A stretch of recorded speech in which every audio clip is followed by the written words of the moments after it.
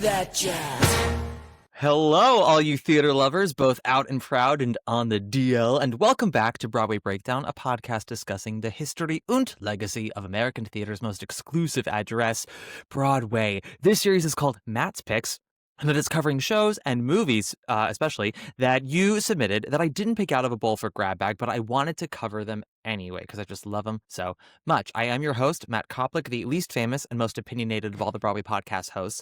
And with me today is someone who's new to the pod. She's coming for my gig because she's got a podcast called It's Broadway Bitch that has been rising in the ranks. People be recommending it on Reddit, on Instagram. People be sending it to me saying, have you heard of it? I'm like, not only have I heard of it, I know her. And just you wait, Henry Higgins, because she's coming on here. It's Casey Balsham. Yay! Hi, Casey. Oh my God, if all that's true, that's so cool. Yeah. Have you not gotten any responses about the podcast? Because I keep hearing about it. I mean, Really? I follow you on Instagram and I've listened to it myself. I don't listen to a lot of Broadway. This is the best compliment I could give you. I don't listen to a lot of Broadway podcasts. I also say I don't love Broadway interviews. Or interviews in general, but Broadway interviews specifically because it's such a tricky ecosystem. Everyone doesn't know where their next job's going to be. Right. No one can really air grievances that they used to have. But you have you're very good at creating a space where people are honest to a point where it doesn't feel like PR. Oh, thanks.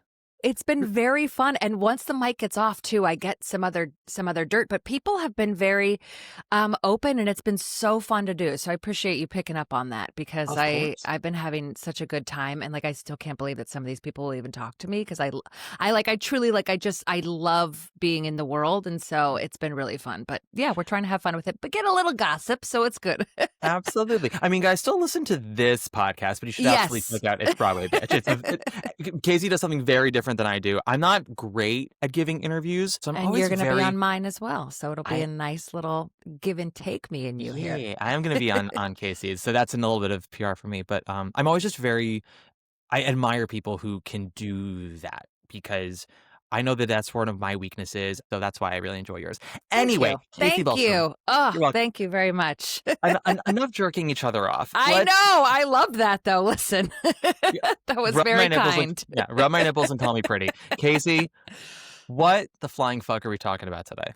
Okay, a movie that I had a severe love affair with in college. And I know when we were messaging back and forth, I was like, I had a moment with the show because I lived in Los Angeles. I would sit in that traffic, and this soundtrack, I think, literally kept me awake from getting in accidents. The movie Chicago, near and dear to my soul, and rewatching it for this podcast was a goddamn joy. Can I tell you that? It was. I forgot how good it is. It's great. Wonderful. I'm going to show my hand a little early before we get into this deep dive because I've been teasing this episode for a while. I've talked about, because we've had a lot of movie musicals this century post-Chicago for a reason. Yes. And I'll bring up Chicago a lot in comparison. And I've said on a few different episodes, I think this movie is perfect. I have no notes on it. None. And I will be talking more about why that is and comparing it to other movie musicals as well. But yeah, I'm the same way. I saw the stage show when I was 9. I really enjoyed it. I grew up on the original cast recording with Cheetah and Gwen. Movie came out. I saw it in December opening weekend at the Ziegfeld, which no longer is a movie theater. Oh, yeah. Yeah. Me and about 1,500 people in a sold out house. We all sat and watched it, and within the first 30 seconds, we all collectively were like, "Oh, this is gonna work." Yes, that's when I was just rewatching it, that was the exact same thing. I go right from the jump. I wrote it starts in chaos, and you just know it's gonna be good. Yeah, you just within the first minute, you're like, great. Do you remember when you first saw the movie? You know what's so funny is I can't remember if I first saw it in the theater. I'm assuming I would have because I was a theater major at the time. So I'm assuming that I would have seen it in the theater. But I don't remember when I first saw it. I just remember that watching it being like, this is going to win all the stuff and listening crazy to the soundtrack. The soundtrack is fantastic. The only negative you could give it is that there are songs from the show that are not on it, but none of the songs that are cut from the show are ones that I'm jonesing to listen to. I do love I Am My Own Best Friend. I do love When Velma Takes a Stand, but I don't listen to the soundtrack and go, ooh, I'm really missing it right now. It just goes from, it's a no skip soundtrack. Everything is perfect. I love it so Everything much. is perfect. And I wrote, this is a note that I wrote. I go, and I love that not all of them are like proper talented singers, but I'm like, does that say something about the score that kind of anybody can kind of sing it with even just like a half good voice? Or is it just like, is it that entertaining? Are they just that good as entertainers? I want to put a pin in that because I have a whole Okay. thing about that. Yes. Okay. Because the answer is like everyone in it is so perfectly cast and everyone in it can sing, Mm-hmm. but you wouldn't cast Renee. Fuck it, I'll talk about it now. You wouldn't cast Renee Zellweger to play No, Ava Perón, but you no. also wouldn't cast Patti LuPone to play fucking Desiree Arnfeld, in my opinion. And I know Patty did do Desiree at one point. I think that it's wrong to cast people who are underqualified vocally and overqualified vocally. Um, Right. like by the Right. time we record this, Kate Baldwin will be playing Roxy Hart on Broadway, and I Yeah. love Kate, Mm-hmm. but Miss Baldwin is a vocal dynamo, and Roxy Hart is not a vocally dynamic role. And you Right. realize how limited it is when you have someone like a Kate Baldwin singing it. Like it's not going to sound incredible with her because you're going to go, why are we in Baldwin's basement? Like, I want to hear that beautiful mix. I want to hear that belt. It's like, girl, this score, like, Roxy doesn't go above a B because it No. was written for a postmenopausal Gwen Verdon who's It's already talk going, singing. yeah. But like, there's a reason why like Melanie Griffith and Pam Anderson have been able to do it on Broadway and like not get Yes. raked over the coals for it Yes. because Roxy is actually it's a small vocal range and you can get away with a semi-non-singer doing it. I feel like, or it's the same with Sally Bowles. Like you need someone who can carry off it musically enough that it's not painful. But if you have someone who's like belting out Funny Honey, I'm like, girl, that's not what the assignment is. And Renee has this like Cupid doll, like not total Betty Boop, but it's like a light baby girl voice. And it She's works very so well. bouncy in it. I Yeah. wrote, I was like, she's bouncing with her voice. Her body's bouncing. The dresses are bouncing. Like it does work with this kind of childlike essence to the voice. But that Mhm. was one of the things I was like, you don't need to be a proper singer for any of these roles. Like Yeah. a little vibrato here and there was like appreciated, Mhm. but that is such an interesting thing you say that you're right. Like it is kind of crazy to have, an actual singer in in that role. Yeah, Velma's the singing role, and and Yes. and that is because it was a premenopausal Cheetah doing it in 1975. Like Right. the thing with Cheetah is for someone who's primarily a dancer, she was like a genuine triple threat. You listen to her in West Side Story, Chicago, you're like, bitch can sing. Yes. Then the rank happens, she hits 50 and like menopause happens and her vocal range drops by 2 octaves. She still sounds lovely, but it's like where she used to be able to belt a D in Chicago, we got Spider Woman where she's like, a G, I'm gentleman's G is my money note now. Do you know what's so funny is I had Christiane Knoll on the podcast who was so fun and lovely.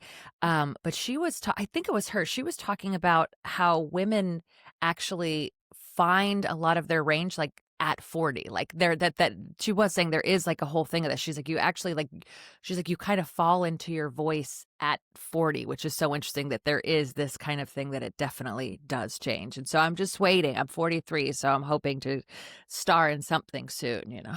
Any day now. Now I Well, can sing. yeah. Well, so I know with men, our singing voices don't fully settle in until we're almost 30. Yeah. And then it's sort of, you're off to the races for about 20 years. And then obviously there's like another stage. But yeah, with women, I know that when you get to another stage, like it either opens up or it starts to limit. You listen to a lot of female, like really great female singers. They Mhm. get to that next stage of their careers, and it is a different timbre all of a sudden. And Yes. it's fascinating. I do enjoy it. I like it a lot. Yes. Yeah. Yeah. It's almost like you have two different artists throughout your life, or how many ever you be from the time you're young and you're older. And that's why it's like sometimes you think about people like Justin Bieber and you hear them like when they're younger and you're like, what are you going to sound like when you're older? And sometimes I feel like they can't sing after they're a child star. Luckily, he still has like he's doing fine. He I could want to play say Roxy Hart. He could play Roxy Hart. He's got the haircut. I can't wait till we talk about Dreamcast because I have some interesting opinions about kind of some of this gender bending of Chicago. So I can't wait till we get to that part. Well, honey, yeah, I can't wait for that either. Timing is everything because I will say we will get into the nitty gritty of sort of how this movie came to be and all of the Yeah. potential castings that almost were and that people have like I love rumored that. about. I Yeah, love potential castings. The list is very long of who was up for this, who might have been up for, like, it's just name a celebrity, and at some point the reps were called of like, would you want to come into audition? Yeah. Which has then over the years become like, did you know that Britney Spears was auditioned for Roxy Hart? It's like, no, she wasn't. It was her reps were called if she like was interested in reading for Go to Hell Right. Kitty, and I don't think she actually read for it. She might have. There's again like I feel like all the paperwork for this movie and all the previous movie versions Mhm. all got lost in a fire somewhere, and everyone's going just off of memory. And everyone's like, Oh. oh, did that person come into audition? No, I think we just called them. And then that person's like, no, I came in for 5 auditions. And like, you did? It's just like, it's Yeah. messy. I will say, I was talking to somebody the other day. It surprises me with these kind of movie singing roles, how many people, because you're saying like all these like people kind of went into it. I was talking to somebody the other day because they're doing uh, there's going to be a live action Tangled at some point, and she Yeah. was literally saying that every actress, every young actress in Hollywood right now is like, she's like, I have a casting tape for every single. It's like everybody kind of wants a piece of that, which is very interesting. These people that you don't think of as singers, like I mean, I think we all saw the what's his bucket, the guy from American Pie, his singing Chris video, Klein. Chris Klein. I mean, it surprises me how many people auditioned for these movie musical roles. So I can't wait to talk about that because it's Oh, like, yeah. like I mean, as we just said, Chicago, you don't have to have a belt, but some of them you fucking do. And so to have every actress, I'm like, not every actress is going to be qualified just because they have blonde hair to play fucking Rapunzel, you know? There were a lot of lessons from Chicago that were not learned by Hollywood. And They don't learn lessons. they don't learn lessons. I mean, Hollywood never learns lessons, but also just like, Never. but when it comes to making other movie musicals, yeah, it is crazy what people are unable to clock what made Chicago work, including the people who made Chicago. Because the thing about this movie is everyone involved has yet to make a movie musical as good as this since by like a wide margin. Correct. And it makes you go, oh, actually, the only person involved in this movie who has a follow-up that I won't say comes close, but like is a strong second movie musical is Queen Latifah with Hairspray. And that's not like she didn't write and direct Hairspray. She was in it. Because so, truth be told, when I was watching it, rewatching Chicago, like kind of under these guise of like thinking about the direction and all that stuff. I went and I looked up Rob Marshall's other stuff because I just didn't know off the top of my head. And I was actually surprised at some of those because I was like, well, Chicago is it's so much higher than even these other things that he has, Yeah. the other things that he's done. Like, you're right. There was never something that could touch the way that Chicago was done. And I don't know if that's the story or what, like, who knows, but you're right. Into the Woods, you kind of go, all right. Like, Yeah. it, it was all right. Yeah. I think because Into the Woods, we're getting off topic, but welcome to the podcast. Into the Yes, welcome to my Woods. life. Because that show had been around for about 28 years at that point, something like that. And we theater kids grow up with the PBS broadcasts, and like it's very near and dear to our hearts. And so we all had built it up in our minds what a movie version could be and all the different possible castings of it.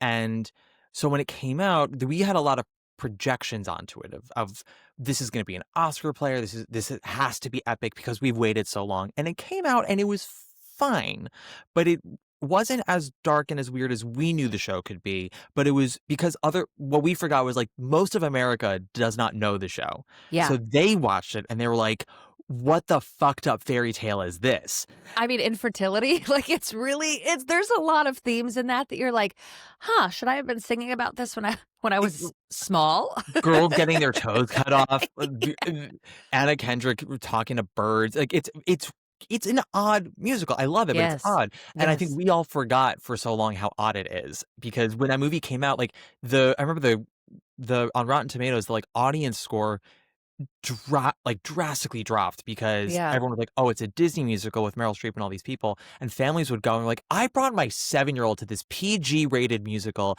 and an hour in, Tammy Blanchard's getting her heel cut off. The fuck? And I'm like, sorry, no one told ya. Sorry about that. So getting back to Chicago for a quick second. Chicago. For those who don't know, the synopsis as per Miramax Films, which produced the movie version of Chicago, at the height of the roaring 1920s, aspiring performer Roxy Hart murders her lover and, with the help of smooth-talking lawyer Billy Flynn, becomes a media sensation. Alongside vaudeville rival Val McKelly, Roxy navigates the corrupt world of fame and justice where there's, quote, no such thing as bad publicity. I think that's a solid byline. I like it. I mean, it says absolutely nothing about Mama Morton or Lucy Liu's cameo as Go to Hell Kitty, but you can't get all iconery in one sentence. No, you can't do it all just in that. I think that's a brief. I think it's enough.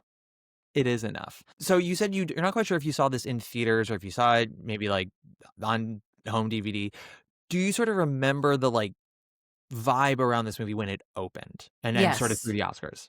Yes. Well, because again, like being a theater major, it was like, just being the most dramatic and having the most dramatic friends and working at a restaurant with the most dramatic people. It was like I feel like I remember me and my friend Sean, like vividly. I remember us like I feel like just singing it or dancing to it. Like I just remember being being a very like present part of like a certain year in college, just Mhm. kind of like a rewatch and again just like singing it and just kind of like watching the Tonys being like, of course Catherine Zeta-Jones is gonna win. And The I Oscars, just you it mean. was The just it Oscars. was very Casey, the present. Oscars. Oh, I wrote the Tonys. I don't want you getting canceled for misgendering award shows. I take back my statement. The Oscars, I remember thinking during the Oscars that of course Mhm. she was going to win, and being just like really jacked because I just felt like it was just a very present part of my life this one year. Like with just Mhm. certain friends, we were just kind of like, hey, like it was just always just very dramatic act outs and things like that. So I don't remember, but again, like it was just one of those things that I wasn't so kind of clued into any of the history or any of the backstory. And to be honest, again, like I've always been a fan of musical theater and I was a theater major, but like I didn't know about it. Like I had never seen Chicago live before I saw the Mhm. movie. I didn't know that there was these other songs. Like I don't know, like this is like I'll be learning a lot today. So that was like my first introduction to I mean, you hear the songs, all that jazz, you know the songs, but like I had no context as to what they were until I saw the movie. Mhm. Have you gotten So to see the stage show since? I have. And I always say I feel so bad because it's like, it's been running so long and you watch it and sometimes you're like, this has been running for a very long time. Everyone on stage was like drunk, half asleep. I don't know what was going on, but it was like, I think one of two or three shows that I've seen in a decade where it didn't get an immediate standing ovation. Mhm. Like it was like we saw Chicago and the whole crowd clapped. Yeah. I don't think it's a secret that that show has suffered from long runitis the most, Mm-hmm. and it always depends on who's in as the leads Right. when the cast wakes up. Because I saw it. I've been very fortunate. I've seen it twice. Once was in 1999. My Velma was Sharon Lawrence of NYPD Blue fame, Oh, wow. who fully did all the Velma choreography. She did the split at the end of I Can't Do It Alone. And Charlotte Demoise was my Roxy. This was at the Uh-huh. Shubert Theater in 1999. I see it again in 2023. Mm-hmm. Jinx Monsoon is doing her first stint as Mama Morton. Oh, fun. Yeah. And that was a time where and I have friends who are involved in that show and they're like, yeah, everyone was present for that one because Yeah. Jinx actually brought in Ticket audiences sales. that yeah, like actual theater people, not just Oh, tourists. yeah. Like the theater Yeah. fans came back to see it, Yeah, and yeah, yeah. celebrities came back to see it. Yeah. And I don't remember who my Velma was. I can tell you who my Roxy was, though. It was Charlotte Demoise. Yeah. I don't even know who my like, I don't think I even had any of like the names. I think I just saw like a basic run of the mill. These are the people that have been Mhm. playing it forever. But that's also like one of the fun things, right, about Roxy is that she is like these are supposed to like semi-ageless characters. Yeah, because so well, let's get into the history now. This is a great segue. The movie of Chicago is based on the stage musical Chicago, which is Mhm. based on the play Chicago by Maureen Watkins, who Okay. was a reporter at the time in Chicago, and was seeing this trend of women murderesses who were getting a lot of notoriety and fame during their trials, and often getting off scot-free for Good basically girls. for manipulating the system. And we've been And paying for it ever since as women. pretty much. The patriarchy has been keeping us down since Chicago. They saw Chicago. They said, "No more of this, please. Don't vote. Don't vote. If you give a woman a vote, she'll get a gun and she'll shoot us simply because we're doing her wrongses." But Watkins was one of those women who doesn't support women because she was seeing all this and she was like, "I don't care that they feel independent." She's like, "This is a misuse of the judicial system. This is also disgraceful." She became She just looked at the whole thing as kind of like sin incarnate and wrote Chicago as a play kind of as a satire of the whole situation. It was then turned into a movie, I think in 1943 with Ginger Rogers called Roxy Hart. And that's sort of where it ended for a while. And then Mm, I want to say in the late 50s, early 60s was when Gwen Verdon came across the property. I think she had seen it once in her youth and always loved it, and then came across the property again. Wanted her husband Bob Fosse to adapt it into a musical for her as Roxy Hart, and at that point she was about like in her late 30s, so she could still play 30, maybe late 20s if they right. really were like going for broke, because that's how old Roxy was supposed to be. She was supposed to be in her mid to late 20s. And Maureen Watkins would not give them the rights because she had become like a reformed Catholic or something, or born again Christian, something like that. And she Jeez. was like, "I wrote a sinful play, and no one will ever get it. No one ever. It shall never see the light of day." Religion ruins everything. It do. Luckily, Miss Watkins did what we all eventually will do, and she died. Bye. And and her estate was like, "What was that I hear? Money? You want to give us Yeah. money? Yes. Yes. Money, please." That Thank is you what they very much. Yes, that is if ever everyone's like, "How could they musicalize this sacred text, or how could they do a remake of this sacred movie?" I'm like, "Because the people who have the rights were like, 'Money, please. Mm-hmm. Take it and run.'" Yeah. And so they finally were able to adapt it in the early 70s. By that point, Gwen Verdon was getting close to 50.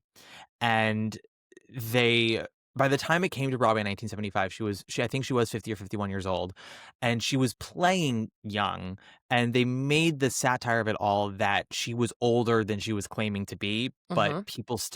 people weren't really getting that joke at the time, and so they were just like, "She's too old for this. Why is she doing this?" Right. But because the role was originally written to be young and then was originated in the musical by an older woman, it's always kind of been able to go back and forth Right. because, did you know the famous story about Liza Minnelli with Chicago on stage? I don't. Or maybe I do. Maybe I'll be need to. Maybe I have heard it, but refresh me, please. Listeners, sit back and listen. So Chicago, was supposed to open earlier in 1975. I think it was supposed to open that January, maybe even towards the end of 74. What happened was Bob Fosse got a heart attack, and they had to postpone rehearsals for a couple of months while he recuperated.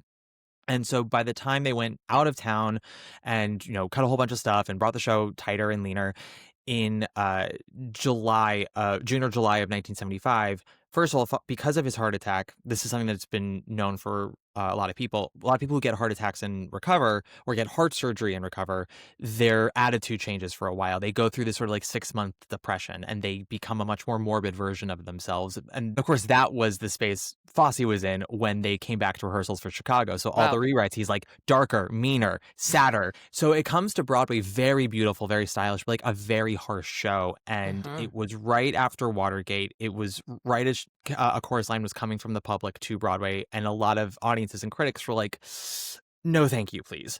And it was looking pretty grim for them that summer. I want to say like 2 or 3 months after Chicago opens, Gwen Verdon had swallowed a piece of confetti because they were shooting confetti out at the end of the show every night. And she had swallowed a piece and it had scratched her vocal cords, and she needed to get surgery and then to basically be on bed rest for like 5 weeks while she recuperated. Oh my gosh. And Fosse and Kander Ebb had called Liza Minnelli, who had done the movie Cabaret with them, as well as Liza with a Z, and she'd worked with Kander Ebb on Flora the Red Menace. And they're like, "Hey, is there any way you could come in for a little bit while Gwen recovers? Like, we desperately need someone to come in and like save the show." And she came in. I think she like rehearsed for 48 hours. Comes in. She said, "I won't have any announcements in the papers. Don't do any press. Like, just put my name up in the program and do an announcement, and that'll be good." And she does, and she apparently was great, and also, like, 20 years Gwen's junior, so again, Yeah, it's of that back and forth of, course. like, Yeah. Gwen is 50, Liza's 30, it all works out, but she got great reviews, she sold out run, and by the time she left after 5 weeks, enough people had seen in, like, Chicago that it was able to then run for 2 years. Fully Nice. blanked at the Tony Awards, but, like, ran for over 900 performances, so, like, Yeah. Liza Minnelli saved Chicago in that respect. Good for her. Yeah, we love it. The show kind of teeters in and out of pop culture for a while after that. but it doesn't become a mainstream hit until the 90s, famously with Encores putting it up in 1996, right Gotta after the love Encores. Gotta love Gotta love that. Encores. Well, it's the show that put Encores on the map, really, because Yeah. they had done like Allegro and Call Me Madam, and everyone's like, "This is fine, sure, this is nice and all." And then Chicago comes in, fresh off of the O.J. Simpson trial, and everyone goes, "Oh shit! Not only is this a no skip score, but Wow. this story is so fucking relevant right now. Wow. Celebrities being on trial for murder, and the entire nation watching with bated breath, Yes. like it's pure soap opera, not real life." Uh, dur- During that time, late 70s to early 80s, there had been talks of a movie version. Uh-huh. The first thing that was going to happen, Marty Richards was the producer of Chicago, and he held on to the film rights all this time. And first, Bob Fosse was going to make the movie of it. He wanted to do it first with Goldie Hawn and Liza Minnelli. This time, Liza was going to be Roxy. Was going to be Velma, and Goldie Hawn was going to be Roxy. Mm. hmm This Uh-huh. this this is the first piece of like concrete fact I know. Unclear how far along it got. I would imagine because the musical was like a semi-hit, they couldn't really get a lot of interest. Also, it was a two female lead movie. Hollywood's famously misogynistic. Right. They were like, that doesn't sound like English to me. And one of Two them has women are the lead. brown hair. No thanks. No, thank you. The only thing we like about it is that they're both white. That's what Hollywood said. They said That's you what had they us would at say. two white people, but Yeah. then you say women, and one of them's got brown hair and it's short. No, Are you sure? thank you. Are you sure you didn't mean a woman and a little boy? Because we'll do a sequel to Harold and Maude, but the Chicago you speak of. It doesn't also help that Bob Fosse was also kind of in Hollywood starting to go on the downturn a little bit because he had Lenny and he had All That Jazz, which both were moneymakers and Oscar candidates. All That Jazz, straight up masterpiece. By the way, I don't know if you've ever seen it. I feel like not in the last. If I have, I was really little. It's We're gonna be covering it again on this series at some point, probably sometime in the new year. But God, it's a straight up masterpiece. I Point need to is, see it. he after All That Jazz, he does Star 80, which everyone hates, and like any momentum he had as a film director, everyone's like, you're in movie jail for a little while for this one. The next time a movie version is brought up again, this time Bob Fosse is like, I've cracked it. I figured out how to make this movie. And he says, and I have Madonna interested. And Madonna, Oh. yeah, Madonna at this point was just a pop star who had done Desperately Seeking Susan. She was not a quote unquote movie actress yet. We put Uh-huh. that in quotes. But he had gotten her interested. I think at that point she was going to be Velma, and Goldie Hawn was still interested to play Roxy. And then Bob Fosse dies. And it all gets put to the side. Now, this is where things kind of get a little in and out in terms of timeline and who's actually doing what. Because then Harvey Weinstein of Miramax, Our favorite. our favorite man, in the early 90s, Weinstein approaches Marty Richards with Miramax, because Miramax is kind of picking up steam now as this sort of like indie darling studio that gets a lot of awards attention, and they make movies at a reasonable price that then can be profitable. Things like The Piano, My Left Foot. And he approaches Richards and he's like, I want to make Chicago. This is like my, white whale. And Richards is sort of like, I don't know. We would need a director as good as Fosse, and no one wants to touch it because it's like under the Fosse shadow. They approach Milos Forman, who did Amadeus, one of my absolute favorite movies. And he's like, Amadeus I'm is not, great. yeah, he's like, I'm not touching a Fosse project. They Mm-mm. approach Herbert Ross, who did The Turning Point and The Goodbye Girl. And he's like, I'm not touching Fosse with a 10-foot pole. But they're able to convince Larry Gelbart, who is a famous, Hollywood screenwriter, has done a bunch of comedic stage shows. They get him to write the screenplay. He writes a screenplay for them that they're like, this is hilarious. Not sure if it's Chicago, but we'll see. They get Goldie Hawn and Madonna back on board. This time, they switch roles because Harvey Weinstein, because Goldie Hawn has still attached as a producer at this point, and Uh-huh. as well as playing a part in the movie. And Weinstein's like, well, what if we make Roxy in her late 20s again? And Goldie Hawn at this point is 45, and she's like, I Uh-huh. see what you're doing. She's Mm-hmm. like, you can't push me out of this project. So she and Madonna switch roles. And then things just fall apart because they can't find a director. But she did eventually get paid by Weinstein. And she says in an interview that she did approach him after she got paid at some like award show. And she said, you know what? You're a real shit, but you have restored my faith in decency because you paid me for my work. And then in her interview, she's like, little did I know at the time. But Truly.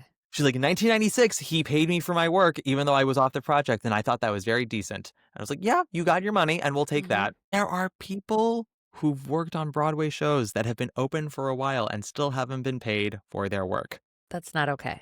It's not okay. There's someone who a Tony-winning musical the last like I'll make it vague. Of the last like 4 years, somebody who did a very significant amount of work on a physical visual aspect of the show that's very important to the show's appeal Mm-hmm. has still yet to be paid. Uh, so just saying, it's not all sunshine, rainbows, and butt kisses on Broadway, everybody. No, no, no, no, no, no. No. No, no, Mm-mm. no. The next time that Chicago kind of comes back into the mind frame in Miramax where it's like, okay, I think this is real now, is they approach my beloved Nicholas Heitner right after the I don't encore. know Nicholas Heitner. Well, strap in. So this is post encores now. So like in the early 90s is when Weinstein and Miramax work with Marty Richards, like, can we kind of figure this out? And then when encores happens and Chicago becomes this huge hit in New York and becomes like a cultural phenomenon, Weinstein approaches Richards again. He goes, okay, let's actually make this happen. And Evita had just happened with Madonna, which was like a semi-hit. It made some money. It got some Oscar love, but not a lot. But he's like, I think that that's going to set up the plate for us to like genuinely make a movie Sure. musical. And they approach Alan Parker, who had made Evita, and he wasn't interested. Then they approached Nick Heitner, who was really hot at that point because he had done Miss Saigon, huge hit, and he had most importantly done Carousel, my beloved 1994 production of Carousel that made Audra McDonald very famous. Okay. And what made that such a big deal for him Wait, was can we Carousel. side note real quick? Yeah, always. The other Carousel, did you like it? The 2018 one? Yeah. Listeners, say it with me. I sure did not. I didn't either. And I feel so bad because I feel like I was supposed to. Carousel is my favorite musical. It is top 3, one of the hardest musicals to do well. And when you don't do it well, my God, is it the most painful, infuriating night of theater. That aside, so that's why they get Heitner. They're like, "Oh, you're the musical man right now." So they Right. get him. They get him on board. They fire Larry Gelbart because they don't. Heitner and Gelbart don't get along. Heitner's only real contributions were he first wanted Nicole Kidman for Roxy, Okay. and he was gonna do it, but then she signed on for Baz Luhrmann's Moulin Rouge, and Baz Luhrmann Oh, had also turned down Chicago, and Moulin Rouge turned out to be like a 2.5 year process. So she basically was out of commission that entire worth time. it though. Oh, so worth it. Love it. So That was then they another get college movie that I watched like once a week. it's Moulin Rouge should not Love work. it. I tell everyone, I watch Chicago if you want to learn how to make a movie musical. Don't watch Moulin Rouge if you want to learn how to make a movie musical because that movie does so many things wrong, but it works Mm, and they get away with it. You will not. no, Moulin Rouge stands on its own as It's a something totally unicorn. different. Yeah, Mhm. you're like, how did you put all these ingredients together that should be vomit casserole and yet it's exquisite? It's not. There's no science, purely magic there. No, But magic. so Heitner can't get Kidman. He does then cast Charlize Theron as Roxy Hart. Oh, But then Heitner leaves for other projects. And now there's the only thing they have now is they have a Roxy Hart, which is Charlize Theron. And this I know for a fact because Charlize Theron has spoken about in interviews what happened that she didn't end up being in the movie. Because Nick Heitner leaves. Then they try to get Sam Mendes, who's just opened mm-hmm. Cabaret with Natasha Richardson and Alan Cumming, but he's in pre-pro for American Beauty. And they're like, huh, your co-director Rob Marshall just did this TV movie of Annie with Kathy Bates and Victor Garber that got like 50 million viewers and won a bunch of Emmys. Like they don't. Miramax also holds the rights to Rent, so they bring in Rob Marshall to go, okay, pitch us your movie version of Rent. And Rob Marshall says, so I came in here under false pretenses. I told you I was going to talk about Rent. I don't want to talk about Rent. Look at me. I'm not a Rent man. Like Rob Marshall is the most white gay man in the world. And he's like, I'm not doing Rent. He goes, I want to talk to you guys about Chicago. And he comes up with the idea of, because the thing they could never crack with Chicago was Chicago's musical is billed as a musical vaudeville. That was the style. All of the songs are presentational. They're not really Uh-huh. diegetic. They aren't seamlessly coming in and out of scenes. They're commenting on the action a la Cabaret. And everyone's like, how do we do this? Right. And Rob Marshall says, the songs come from Roxy's mind. She wants to be a performer, and the only way she can understand the world is if everything's a musical number, because that's Oh, all she wants to do. So it deepens her character, but it also allows us to have these songs that comment on the action, because while the action is happening, Roxy is there and she's viewing it as a song. And yeah. everyone's like, done. Here we go. Yeah. They get Bill Conson to write the screenplay, and Charlize Theron has to re-audition for Rob Marshall, and he eventually turns It's her like, down. no, thank you. No, thank you. Charlize. Charlize, I'm so sorry, my love. Here's the thing. everything I just said, Casey, was very muddled about like timelines and who came on when, who did exactly how Yeah. much work. It gets more muddled from here Oh gosh. because now we're in the casting game, and you've spoken to enough actors, you know that this casting game is crazy and messy, Yeah. and there's And better. what I've learned too is that from actually just a friend who was just like, sometimes it's not even about acting. It's just about like, I don't like that person's agent. This person doesn't email me back. And that I find fascinating. It's not Mhm, always the best person for the job. It's the person who maybe has a better agent or a better email etiquette. absolutely, and also just Crazy. and people sometimes who are just better to work with. Better don't be a dick.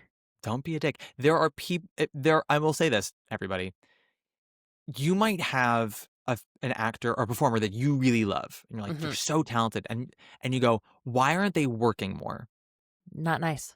Not nice, or like not even not nice. It's like sometimes it's like they've just made too much tension, and their talent wasn't worth it. Right. And it's not always everyone. Sometimes it's just like they left the business for their own reasons. Sometimes their type gets phased out over the years. But a lot of times, if you go, why isn't so and so a bigger star? Why isn't so and so not working more often? Hmm. They've caused a lot of issues. When was And the last and time you saw Shia LaBeouf in anything? exactly. Hmm. So here are some people that were up for roles. Okay. Billy Flynn was first offered to John Travolta, who turned it down. Okay. That could have been great. Could have been great. I It's think it like could the have been big great. what if. Yeah. As far as I can tell, he's the only person who was like full blown offered. There are rumors that Hugh Jackman was offered and he turned it down. I don't buy that, but Hmm. I buy that he could have been considered. Yeah. Um, I don't buy that he would have turned down a singing role. when has that man ever turned down an opportunity to sing? Hugh Jackman he will never. Hugh Jackman will be at Ground Zero for next year's 9/11 memorial. And he's gonna sing "I Am Not the Boy Next Door" from The Boy from Oz. And we're gonna be like, girl, not the time, not the moment. And he's going to fly in. He's gonna fly in with Sutton Foster by his side, tap dancing up a storm. Da da da da da da da. Bing. But yeah, I don't buy that. There's also a story that Rob Marshall was interested in Michael Jackson. So this was 7 years, I think, before Michael Jackson died. Oh, Yeah, that wouldn't have been good. it would not have been good. No. I think Marshall was a little high on his own supply with that one, and he liked the idea of a showman like Michael Jackson doing it. And this is one of the few times Harvey Weinstein actually came in and said no, because Absolutely the truth not. is, because we'll talk about this more as we get to sort of the Oscars of it all. There's this narrative that Harvey Weinstein was more involved with the making of Chicago than he actually was. He was involved in getting it greenlit. He was involved in getting Marty Richards to give, the rights to Miramax. He was not an active producer on it. Marty Richards was. Weinstein basically vetoed like 2 casting decisions and pushed for 2. Outside of that, once the movie was getting made, he had no say. Yeah. Usually because he didn't, not because he was shut out. He didn't care. This wasn't his baby. Gangs of New York was his baby, which was another Hmm. Miramax film. But so that was one. There was okay. These are women who were confirmed to have auditioned for Roxy Hart. 2 of which you can see their screen tests. Oh my Mira, God. Okay, I love it. Mira Sorvino auditioned. There is footage of her screen test. You can watch Toni Collette's screen test. Love Toni Collette. Don't think that this would have been right for her. Correct. There's a giant conspiracy around Toni Collette not getting this role, including a video on a YouTube channel that I love very much. I think is incredible, called Be Kind Rewind, which is a very well researched account. She has a Okay. video about Toni Collette and sort of like how Hollywood has never really been able to do her right. And this is a case where Toni Collette is always working. So it's not that she's Constantly. so when people so when we talk about why is someone not a bigger star and saying like, oh, well, they must be bad juju. No. Toni Collette is always working. Toni Collette is not a bigger star because Toni Collette doesn't do the roles that would make someone a star. Toni Collette doesn't do the rom-com that gets you She does 150 everything. She does She's like she can really do anything though. and she has no ego about it. So she's willing to play a small supporting role in an amazing movie because that's the juicy role. She has one scene in The Hours and she is incredible. Hmm. She does Hereditary. Like she just does all this stuff. But there was a narrative that she is who Rob Marshall wanted and that Renee Zellweger is who Weinstein wanted and Weinstein got his way. This is not correct and I will not endorse this conspiracy. Was this before or after or around the same time as Wild Party? I love that you asked that question. Okay, great. So Chicago was filming, I believe, from December of '01 to January of 2002. That's like around the Okay. area that they were filming in. Okay. They were auditioning for all of 2001 and the second half of 2000. I'm not entirely sure when Toni Collette auditioned, but whenever she did, it would have been at least 3 or 4 months after Wild Party, at most a Okay. year, but Okay. still pretty close to it. Okay. So And she when you still was kind of so that was before. So there was a little bit of like her name attached to like, okay, we can do a musical with her. Oh, yeah. Oh, yeah. Okay. That's absolutely why she got the screen test, was Okay. because she was Tony nominated for Wild Party. But I also love that you asked that question, because when you watch her screen test as Roxy, she's an amazing screen test, and she would be a killer Roxy on stage. I need to see There's a it. little too much of Queenie in her still at that point. Okay. She's giving a little bit of that welcome to my party vibe. And the thing that Marshall has talked about a lot in interviews when he was casting the movie, which I agree with, is for the movie specifically, he wanted two women who could not be interchangeable, who could not do each other's roles. And Toni Okay. Collette, he said I can't find the quote, but I remember him saying at some point the issue he had with Toni Collette was that she could play Velma or Roxy incredibly. I could see that. Yeah, and he's like, and Agree. I needed a Roxy who could never be a Velma, and I needed a Velma who could never be a Roxy. Ooh. Okay. Yeah, Okay. so I understand that. The conspiracy is that Marshall really wanted Toni Collette, and Weinstein was like, she's not famous enough. You're going with my girl. That's not. Mm. Other women who supposedly were auditioned, there's no video footage, but supposedly screen test: Christina Applegate, Jennifer Jason Leigh. Mhm. Oh, okay. And Jennifer Jason Leigh would have been about 2 years post her stint in Cabaret at this point, which also has the Rob Marshall connection. Uh, Okay. there are a whole lot of women who were rumored to be considered, whether they came in, whether they were just like their reps were called and they said no, who's to say? But like this includes Jennifer Aniston, this includes Mm, Jodie Foster, Gwyneth mm, Paltrow, like basically every white woman in Hollywood mhm, between the ages of 20 and 40. mhm. Catherine Zeta-Jones didn't actually audition. Catherine Zeta-Jones was hosting a Christmas party that Marty Richards was at, and she sang carols around the piano. And Marty Richards was like, "You sing?" And she's like, "Yeah, I made my start in the West End. I was in 42nd Street." He's like, "You dance too?" She goes, "Yeah." And so he actually offered her, without consulting Rob Marshall, he said, "Would you be willing to play Roxy Hart in Chicago?" And she goes, "Does she sing all that jazz?" He goes, "No, Velma does." She goes, "Well, that's who I want to play." Love that. Yeah. And then when Richards approached Marshall, is like, "Well, Catherine Zeta-Jones is interested in playing Velma." Rob Marshall's like, "Yeah, great. She's a total Velma." They're like, "Why would you offer her Roxy?" Like, duh. Duh. And it's like when you watch it, you're like, yes, like I was noticing even the way the two of them move. Like when I said like Renee Zellweger's bouncy and Catherine is like, she's like growling. She's like crawling through the role. Yeah. You're like, yes, this is exactly perfectly cast for the two of them. It's perfect in a lot of ways, because Catherine Zeta-Jones having that theater background, Hmm. when you watch Chicago, it has a little bit of that ease of like, "Oh yeah, I'm back home. This is like I'm in my sweet spot again." And She's Renee, who's flawless in it. flawless, and Renee, who's new to musicals in this point, and when they cast her, I'll get to her casting moment in a second, but she wasn't a dancer. She had experience being a gymnast in her youth, but she wasn't a trained dancer. And you Sure. see it in the movie because she's she's so game, but it's not a super flawless dancing. And No. it makes sense in the movie because Roxy's the wannabe, Velma's the professional. Yes. And it plays that way. Absolutely. All the other people I know were considered. Rob Marshall wanted Kathy Bates for Mama Morton because he had just done Annie with her, and Sure. she was unavailable. I feel like there were a couple other people interested. They eventually go with Queen Latifah. I don't after Hugh Jackman in quotes and Michael Hmm. Jackson and John Travolta. I don't know how they came What a upon Richard list. Gere. Right. Other than knowing that Richard Gere had been on Broadway and Grease at one point in his youth, I don't know how he came across their desk. I'm glad he did. John C. Reilly actively pursued his role. He sent them constant audition tapes of him doing Mr. Cellophane, and finally they're like, "Okay, fine, you can do it. Jesus Christ, Love the guy it. from Boogie Nights can do it." Love Um, it. I love it. And so they filmed the movie in Toronto. It's on a $40 million budget, which is sizable for that time. It's actually less than half the budget of Gangs of New York, which again, like that was Miramax's Oscar baby. And then Chicago opens to incredibly strong reviews and exceptional box office, Yeah. and just becomes this cultural phenomenon in a way where like Harvey Weinstein is Gretchen Wieners, and Gangs of New York is fetch.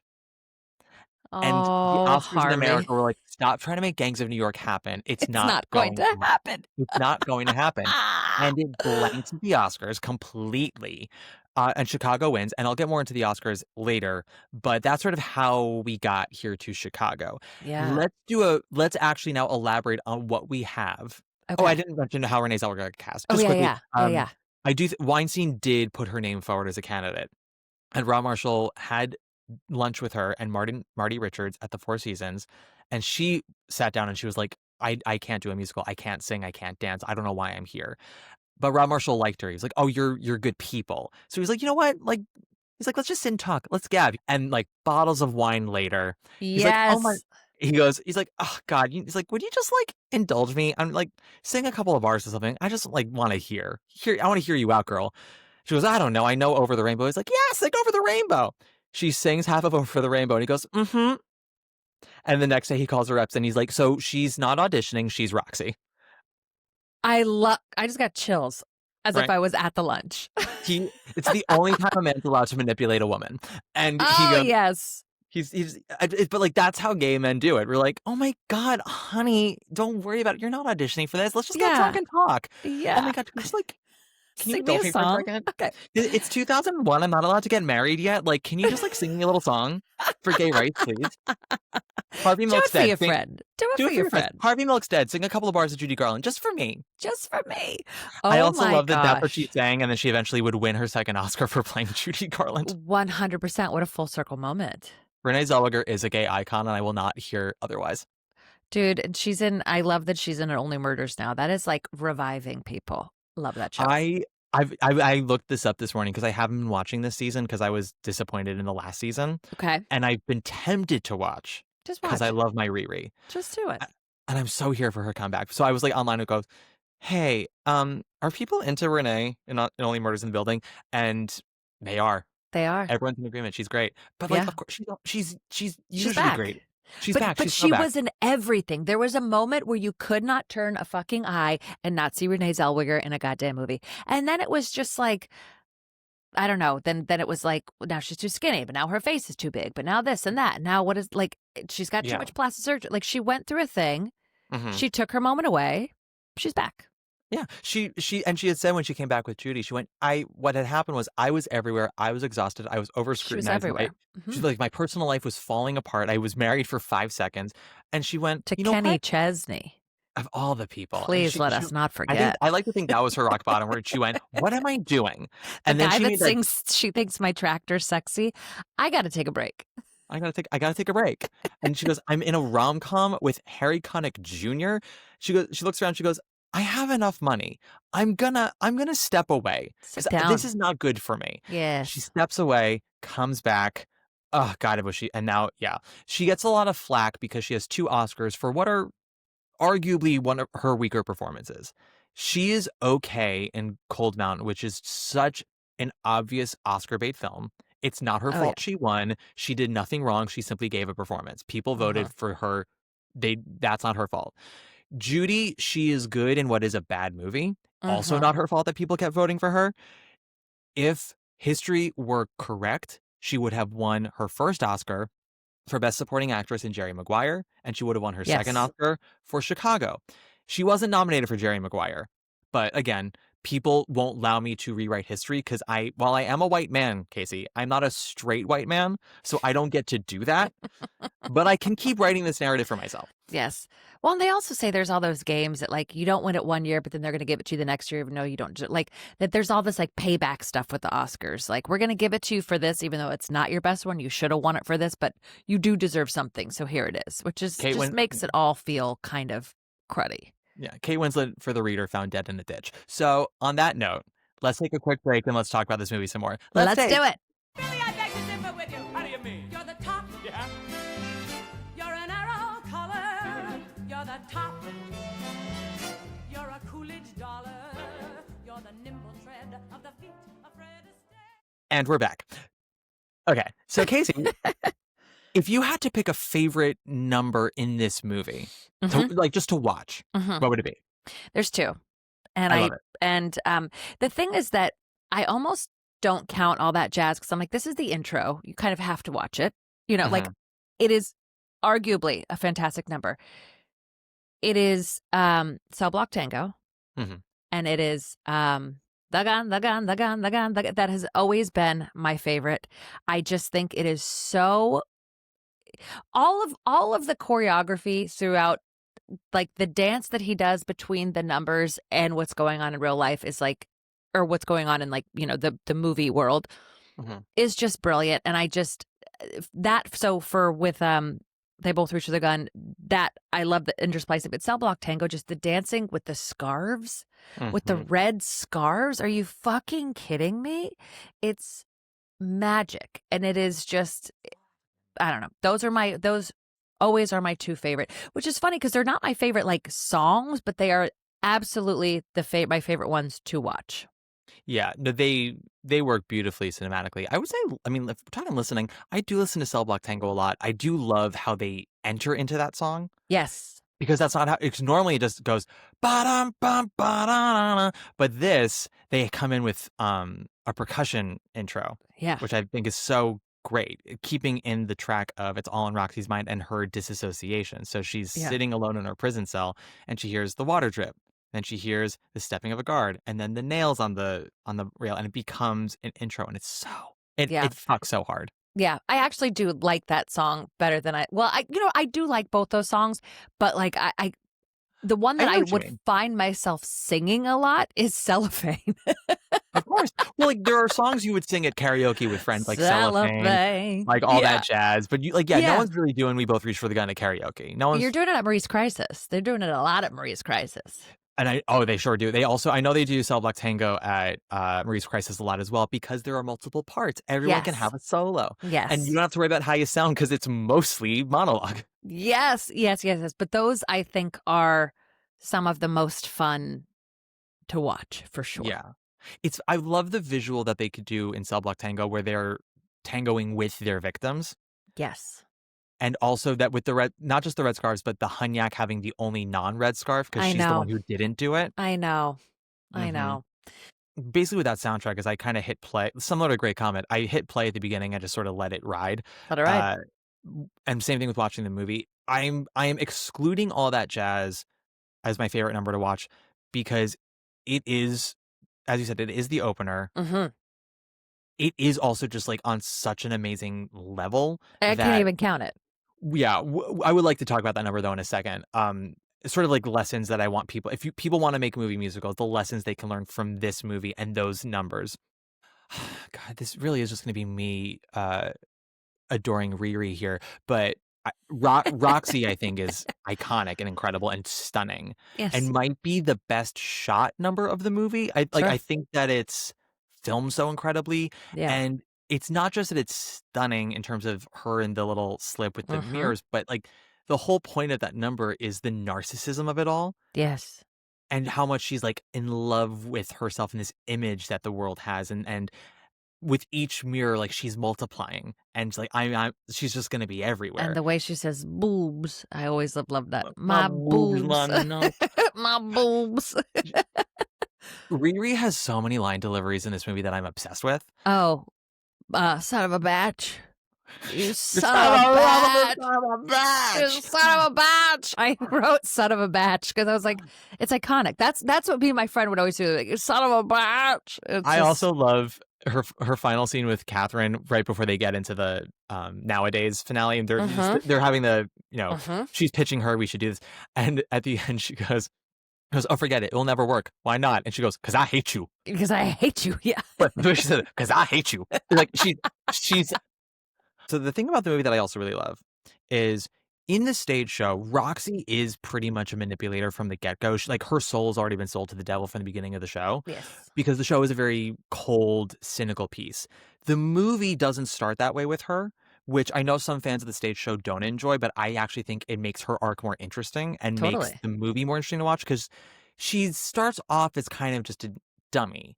Like she's not mean-spirited. She's kind of still a child. Yeah. And she's having this affair with Fred Casely, because he looks like Dominic West, and who Mhm. wouldn't, but also because he claims to have a connection to get her a job at the club to perform. And so it's a little bit of tit for tat. When she kills him, it's not just because he's walking out, but because she discovers that he's been lying to her this entire time, which feels like a violation. He's becoming very physically aggressive with her, like to the point of almost danger. And in her delusion and anger and impulsiveness, that's when she shoots him, as opposed to the Mhm. stage show of nobody walks out on me. Nobody walks out on me. I gotta pay. Talk about the line deliveries and ranking. Oh, I gotta pay. That's how she says I gotta pay. She goes, oh, I gotta pay. Oh my God. Love Anne Ranking. Of course. But so then we watch her in prison. We see sort of how she's out of her element. She's kind of retreating into herself. She's a child. She's uncomfortable a little bit by the attention she's initially getting. And then once Billy Flynn comes into the game and she gets a little bit of confidence, gets that attention, we see it go to her head, but then we also see that she can rise to the challenge. She is more clever than we give her credit for, because she Yes. comes up with the baby idea. And I totally forgot about this storyline. So it was like a fun re-surprise to be like, and then as we were talking, and I was like, oh, so if this role is that makes the whole thing that it can be an older woman playing it so much more funny. Yeah. That now there's this 45-year-old woman being like, the baby, like it just. I'm a baby. But also, like, everyone just believes her hook, line, and sinker. Only the people on the inside know it's a lie. Oh, I mean, that when Richard Gere is like, they're laughing, and Amos is like, why? He's like, because they can count. I was like, why did I never see how cutting that was? Also, I hope we're going to talk about him not getting nominated being an absolute 1,000%. fucking joke. Absolute joke. It's so, yeah. No, okay. We'll get into the Oscars. We'll get to that. I want to keep gabbing about this though, because there are Just because the lessons way to that learn. he delivers that line, though, when he's like, because they can count, and he's like, what? September? Never mind. Like, it is that the whole pregnancy storyline I just completely forgot about. But yes, we realize that Roxy is no dummy. No. So one of my favorite shots in the movie is Cell Block Tango, because they're going in and out of Roxy's mind and what's happening in reality. Because they have to establish why these monologues would be happening in Roxy's fantasy in real time. So she's hearing these stories either like while the women are playing cards, or they're doing the ironing, or when Velma has reporters in her cell and she's telling a story. And she's doing the and we run out of ice, so I go out to get some. And she's lounging on her bed in her kimono with a cigarette in her hand. Reporters to her left, photographers on her right, and she's talking to the reporter and going, so we run out of ice, so I go out to get some. And she turns over her shoulder and poses immediately as the camera flashes. Yeah. Just like, I go out to get some. Click, and it's so good. Roxy has a similar moment in the trial during Razzle Dazzle. I'm getting chills to remember thinking about it, because I forgot about this moment. Because Richard Gere as Billy Flynn, he does the whole they know how to count thing. And during Razzle Dazzle, we go in and out of the trial before Roxy's testimony, and he talks first to the neighbor, and he talks to the forensics, and then he talks to Amos, and we watch him manipulate Amos out of thinking that the baby's not his, into that the baby is his. Because he basically saying, like, you listened to experts, but you didn't bother to ask your own wife, who is insistent that the baby's yours. And Renee's like, oh yeah, it's his. And when he comes off the stand and he goes up to Roxy and he's like, I'm so sorry. And she gets up and she hugs him, and then she pivots so that the hug is in profile of the photographers. Because at first her back is to the photographers, and then it just goes, and once you see her pivot, that's when they cut to Richard Gere smiling of going, she knows what to do. Yes.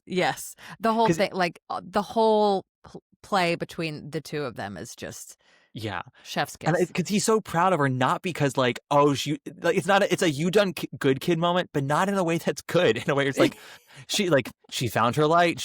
I didn't have to teach her to cheat front. She did it on her own. That's the student has become the teacher. So the opening. Let's kind of just really go through this for a bit, because there are lessons that I've spoken about in past episodes that I kind of just want to have hardcore in this episode about. If you're gonna make a movie musical, you need to know this. And I hope AI is listening as they are putting together clips for Instagram about this. I want them to know that, like, this moment, we don't have to do the whole thing, but like, there are things you have to always do when you're making a movie musical, and Chicago does it all. And just watch it and take notes. as a movie musical, you have to establish very early on, this is a musical. Yes. Have a song immediately. Establish a world where singing makes sense. Uh-huh. You have to tell us how songs are going to be used in this movie. Are they diegetic or are they not diegetic? 100%. Mm-hmm. Yes. Chicago informs us immediately Mm-hmm. that it is a musical. Music is going to be happening nonstop to the point that this overture is happening and we're watching action happen in time with the music. Like things are getting choreographed to how the music is being played. It's so brilliant. And it is anytime there's a song, it is performance or it's in Roxy's mind. And it's just that one shot in All That Jazz. But it establishes for us that we will be seeing things that way most of the time. It's the once Velma's on stage and we see Roxy in the audience watching her and they cut back and forth to the to-do, cut, that, cut. And when Velma turns around, the new cut is Roxy on stage singing that one big note. Yeah, it's almost shocking because it's a totally different sound. I always have thought like her jazz there. It's like it's almost grating, but it works so well because she's the baby and this is the seasoned performer. She is. It's a higher key on jazz. Like it's a full blown just pivot. It's a screech. Yeah, and it also works again because it's fantasy. We have to establish this moment is not in real time, and we have to differentiate it. So they don't differentiate it by aesthetic. It's the same color palette. It's the same. She's wearing the same outfit as Velma, but the sound is different, and that's all we need to know. Yes. And we cut right back out into reality, and again, we start seeing things mimic the choreography, the way that they. So the opening scene alone. We establish the aesthetic, the vibe. We see the jazz club. We see the quick cuts. We get the sort of chaotic energy of it all. We hear, has anybody seen the Kelly sisters? So we know that something's already off backstage. This is a showbiz movie. We're in a theater.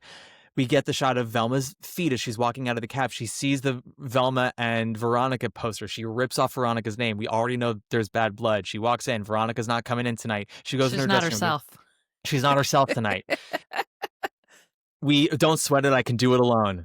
Call back to later in the movie. She goes into her dressing room, hides the gun, washes off the blood off her hands, which we also are going to hear about later, gets on stage. And we see in the first minute of All That Jazz how it's supposed to be a 2-person number, but she tells the spotlight guy on me. She's like motioning to the dancers like that they're all going to be surrounding her. And then as we leave Fred and Roxy from the club and we go to Roxy's apartment and we cut back and forth, this is the choreographer and Rob Marshall. Actions that they have mirror actions that are happening on stage. Yes. Fred Casey slapping her. Brilliant. It's so brilliant. Fred Casey slapping her ass, which becomes a slap on stage. The arms over the head. It's so good. And then, oh my God. It's just nothing like that has ever been done. And it's so stupid. It's like, this is the formula. And like, granted, not all of the music works in this like jazz setting, but this is the fucking formula. Like, it's so, again, like rewatching it, I was like, it's an absolute masterclass in exactly what you said. It's like, tell me it's a musical, make sure the music makes sense where it is. Because I think that's why some of them haven't been as good. Like, obviously, when you're watching a musical on stage, it makes sense that they're just going to start singing. That's what you expect. But when you're watching a movie, you kind of want it to be a little different. And I think that's where so many of the musicals have got it wrong, that it just doesn't for some reason, it doesn't make as much sense to just be singing on the street in a movie as where it does in a musical. You know, like, so it's so perfectly.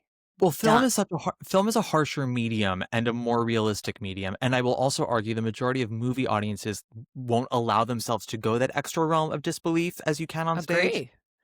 You enter a theater and you already know it's fake because there's a proscenium, there's a distance. Yeah. For film, for some reason, it doesn't matter what the genre is. People always go, well, that's not realistic. And so you have to establish early on what kind of movie we're watching and how, and you have to get the audience on board so fast, especially with a musical. So that's what makes the opening so good, is that it's so airtight. There's no time to think because so much is happening. And you know what I think also is a good newer movie musical, and I know people feel a certain way of it, but I think The Greatest Showman, actually, I enjoyed that. You didn't. I could tell by your response. Well, I will say the thing that Greatest Showman does do is everything I said about like it establishes a world for singing makes sense. It tells you Yes. it's a musical immediately. It's consistent about how songs are used. What I don't like are the songs, and what I don't like is how they totally rewrite P.T. Barnum to be like a be yourself, No, which he is was not what it not a was. nice guy. No, it's the actual material I don't like, but how it's they filmed, do how the it's presented. same type of thing Yeah. where I think that they did a good job in that same thing where it's like, if you're going to do it, like, let's not just pretend like we're like walking the street. Like, you kind of have to, go a little bit over the top with it. And I think that it plays in that world just like the same it plays in Chicago. Absolutely. I Yeah. know I agree with you on Yeah. that. I don't think Greatest Showman is like garbage in terms of how it's made. My issues with the material. But in Got terms you. of that, in terms of making a The musical and all world. that was, you're absolutely Yeah. correct. Yeah. I also have said this about the Sweeney Todd movie, which because theater fans are theater fans and they cut all like the ballads and whatnot, and because it's more like whisper singing, a lot of theater fans have issues with that movie. That movie establishes a world where singing makes sense. It I, is a heightened noir London, and anytime Anthony's walking down the street singing Joanna, I'm like, I buy it. This world, yeah, people be singing here. People be singing. I have to see it again because I actually watched that in the theater when I was in Thailand, and so they blur everything. Oh And at the no. beginning of the movie, you have to get up and like they put something on about like what is he, a king in Thailand? I forget. This is gonna make me sound so stupid, but whatever. You have to like everybody in the movie theater has to stand up and they do like a whole like political thing, and then you sit down and then they blurred everything. So Oh I need to no. rewatch Sweeney Todd. You do. Sweeney Todd is a wonderful movie that represents the stage show terribly, but you have to put it as separate. We've got 3 professionally filmed versions of the stage show. Like we are allowed to have this movie. It's fine. Yeah. Also, Helena Um, Bonham Carter. Like, I'm sorry, you can't make me yeah. hate her. You know, I love her Lovett. She's a little humorless, but she has moments that no other Lovett has done. And like you watch the moment where she realizes she's gonna commit to the lie about Lucy, and it's oh god, it's so good. But as we talk about Chicago, like I can point to you most movie musicals of this century, specifically movies adapted from stage musicals, Uh-huh. of mistakes they make Uh-huh. that Chicago does not make. Uh-huh. For example, Dreamgirls is a movie that actually fully violates one of the rules I talked about, which is establishing a musical vocabulary and keeping to it. Dreamgirls violates this Okay. so hard Okay. because guys, I know I said it before, I don't fucking care. Bill Condon in Dreamgirls is so deathly afraid of genuine musical numbers because it was 2006, 2007. It was very like, oh, it's a musical, but we also want it to be taken seriously as Oscar bait, and we want it to be a big hit, and not everyone's on board with musicals. So, like, in Dreamgirls, it's a lot of stage performances and TV performances and whatnot. So that's how they get Yes. away with the title song and heavy. But you can't do Dreamgirls without And I Am Telling You I'm Not Going. The problem is that song is a non-diegetic song. It's in a scene. It's not Effie at the mic singing to the masses. And so you have to keep it as is. Didn't they And still Bill- put her on a stage for it in the movie? She's still on a stage for it, but it is Yeah. a scene number. That's the other thing he was trying to get around was like, oh, everything's in a recording studio or on a stage. Now, he tries to get away with this by establishing that people will be singing in Dreamgirls that's not a performance number 30 minutes into the movie. So after 30 minutes of Fake Your Way to the Top and Cadillac Car and Move, where everything is a performance, Step Into the Bad Side happens, and there's 15 seconds, very quickly shot and dimly lit, where Jamie Foxx is singing a couple of lines in an alleyway with people, and it's non-diegetic, but it happens so fast most people don't clock it. Right. And we don't get another non-diegetic number for about 20 minutes until we get to Family. And that is a harsh lens on Jennifer Hudson looking at Cece and just going, what about what I need? And every time I saw it in theaters, all 3 times, people laughed out loud because it came as Because such it a didn't shock. make And sense it was such a violation. We hadn't established that for so long. that we were singing just in windows. Yeah. Yes. Yeah. The other thing that a movie musical needs is it needs pacing, and you need numbers sort of back to back for your first 40 minutes to constantly remind people that this They're is a watching musical. Mhm. Yes, because then eventually as the story takes over, it'll be more spaced out and you've earned that. But for the first 30, 40 minutes, you need like 5 or 6 numbers. Yes. And that is actually something where I think that Wicked and the new West Side Story fail. They take too much time in between numbers. Yeah. Well, because Wicked, they decided to kind of do a lot from the book too. So it's like, Yeah. or not like a lot, but I mean, they were going a little bit more dialogue heavy than it. Are Yeah. you talking about like Wicked on stage? No, you're talking about Wicked the No, movie. the movie. Yeah, Yeah. because the thing. But I just all of a sudden, like, I had a brain fart. But yeah, the movie, like, I know that they took a bunch from the book. I still think Wicked plays, but I think more because it's a spectacle. It's not even in the same. I don't No. even consider it as the same thing as what Chicago did. You know, it's like, because we all knew what Wicked was, so we knew it was going to be fucking cuckoo bananas, and there was so much hype, and we knew there was going to be this magic, and they planted 15 million daffodils, and like they made it Yeah, they this won't thing shut where up about the goddamn flowers. it's the flowers or the fucking. They should also be nominated for a goddamn Oscar. But it's like, but I don't even consider it the same thing. So it's like Yeah. I can't even be like, to me, even if they took a long time, since Wicked was so well known and it's got this cult fan, all this stuff, you know, it's not even the same thing. But I will say, like West Side Story, In the Heights, all these other ones kind of, I don't know, they don't play the same. Whereas like West Side Story, the original, they're dancing in the street, they're doing the same thing. It just, but it just doesn't, I don't know. It just doesn't play as well. We've had a few movie musicals in the last 30 years that are good, quite good. In fact, have moments of greatness, but are not completely great, in my opinion. Right. West Side Story and Wicked both have a similar problem of there's too much air. They're not as tight as they should be, especially in the first 30 minutes where you need the music to keep going. Because again, you only have so much time to get an audience on your side with a musical these days. So you have to sweep them up. And then once they're in the story, we're good to go and you can take some more time. West Side Story, this remake, and it is a good remake overall, but it is overwritten. That script has far too much dialogue for a story that is meant to be lean and mean and about people making impulsive, irrational decisions. Kushner and Spielberg are like, what if we have them talk through why they're making these bad choices? I'm like, no, they're teenagers. That's not what they therapy. do. They're not in therapy. I also think West Side Story fumbles the last 30 minutes. I think that everything after the Rumble is either weak or bad. Like, I think the last 10 minutes of West Side Story, the remake, are bad. When Tony learns of Maria's death and he gets shot and she has the monologue, it's bad. It's rushed. It's bad. It's also kind of overly beautifully shot to the point where I'm like, okay, enough. It's where, you know what I mean? Like, was it's for really something that's trying supposed to be, do a lot. it is very, this is my moment, so I'm gonna like throw everything at it. And we get some beautiful shots. I wish the choreography were better. I maintain Justin Peck's choreography in that movie is adequate at best. It has no build. It has no character. It's just like agitated ballet. Sure. Wicked, again, I think is very good for the most part. I think every scene has 20 seconds of dead air that can be sucked out, and that movie would be 20 minutes shorter. It's also sometimes ugly to look at. Like not just the coloring and the lens flare, but just like sometimes just like the design will be off sometimes. There are times when it's stunning and the times when I'm like, that's weird. That's not attractive. Trying to think of other ones. Hairspray, I think, is the movie musical of post Chicago that comes closest to being as good as Chicago. Sure.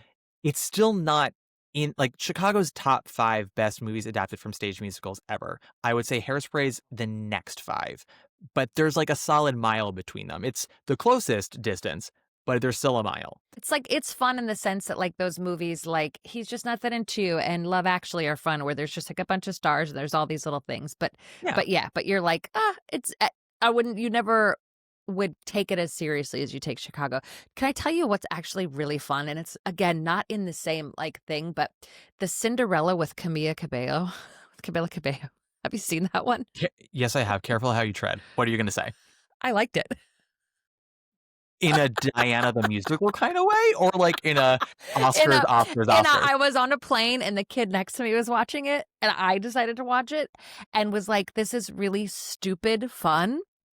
It is stupid, but I think that the world and the way that they like, it's just, it's fun, whereas it's supposed to be fun. It's not supposed to be taken seriously, but Sure. like the way that they set it up as like a musical, the music in it, I thought was silly and stupid. Diana the Musical, you know what? I watched the stage version and I'm actually kind of sad I watched the movie, the movie, the stage, version, yeah. the pro shot. And I actually am kind of sad I missed it on stage, because I know that people were like, there was nothing in the middle. Like there was no middle. It felt like people were like stands of Diana the Musical, or people were like, get this away from my face.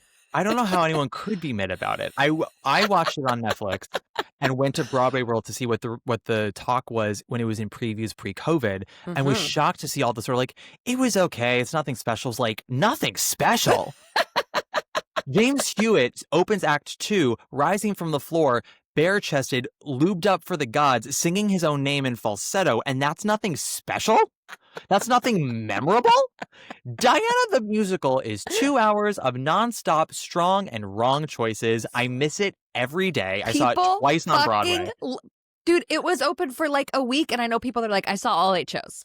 Yeah. It's because and here's the thing, it's not good. It is not a misunderstood masterpiece. No, but it's good bad. It's exactly. Yes. I would see Diana the Musical every day for the next 2 years, then see Paradise Square once in the next 10. Dude, Paradise Square, when she is singing that song, it made me question my thoughts about the whole musical. And then I went, no, it's still a bad musical. That was incredible.